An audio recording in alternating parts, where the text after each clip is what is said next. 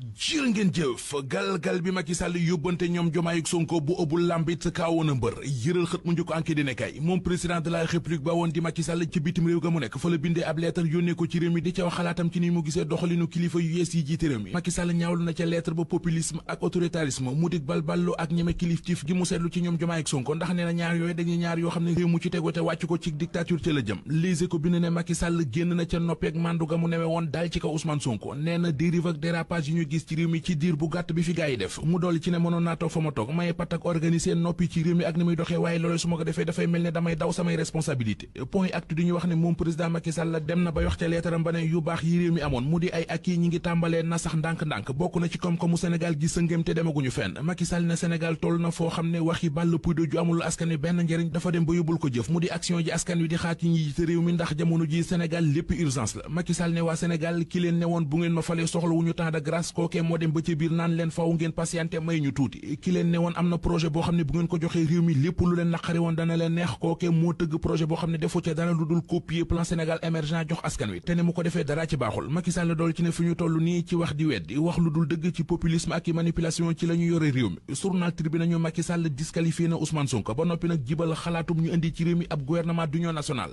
ku nekk ñëw jàpp ci bu ñu bañee lii raam ci réew mi yegg ca ñag ba l'observateur moom it xëy ñu baaxee lettre Macky Sall bi ak ni mu ko jàngate Walf Quotidien xëy di jàngat Ousmane Sonko révélation yu yéeme te takarnaas yi mu dëkkee ci campagne bi lu mel ne junni milliards yi mu ne dañu koo gis ci benn compte benn waay bu ne woon ci régime bu Macky Sall bi ak it li mu ne gis nañu benn enseignant di jàngalekat boo xam ne dañu koo jox logement de fonction ci réew mi surfacturé logement de fonction ba mu yegg ci 1 milliard 600 millions yu ñu ne moom lay fay weer wu nekk moom Ousmane Sonko partem bi di Pastef Vox Populi mi ngi ñuy xibaar tiisu dal ci seen kaw démb ci campagne bi ñii jàppal tànk parti bi ci diwaanu Mbàkke oto ya ñu doon campagne da ca am benn pick-up bu këpp ba am benn doomu aadama bu ci ñàkk bakkanam am yeneen fukk ak ñeent yu ci jëlee ay gaañu-gaañu kii faatu ci accident bi sursoine nañu Muudu Tall la tudd ne woon militant Pastef bu engagé accident boobee am ci waa Pastef yi journal sursoine nañu moo waral ba njiital Pastef li Ousmane Sonko suspendre ab campagne am démb tey journal Le Quotidien tête de liste bu coalition jàmm ak njariñ di Amadou Ba moom la xëy dalal ci xëtamu njëkk ca waxtaano ma nga fay wax moom Amadou Ba ne compte benn nit bu am xaalis bu toll ci junniy milliards ni ko Ousmane Sonko waxee loolee bala mu koy gëm da koy gis ñu gis ci xët mu njëkku la Sénégal Barthélémy Dias mi tête de liste bu coalition Sàmm Sa Kàddu journal bi dañuy wax ne ñoom waa Sàmm Sa Kàddu nee nañu bu ñu amee majorité ci assemblée nationale danañu criminaliser ak ngóor jigéen ci réew mi quotidien nañu campagne électorale bi tax na waxi criminalisation ngóor jigéen wu niwaat débat bi dikkaat na